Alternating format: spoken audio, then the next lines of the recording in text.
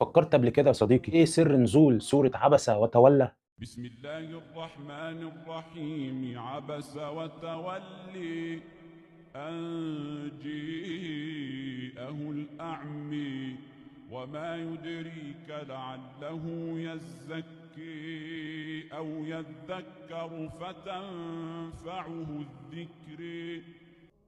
صلي على الحبيب عليه افضل الصلاة والسلام الاول. تعالى نعرف مع بعض ايه سبب نزول سورة عظيمة زي دي.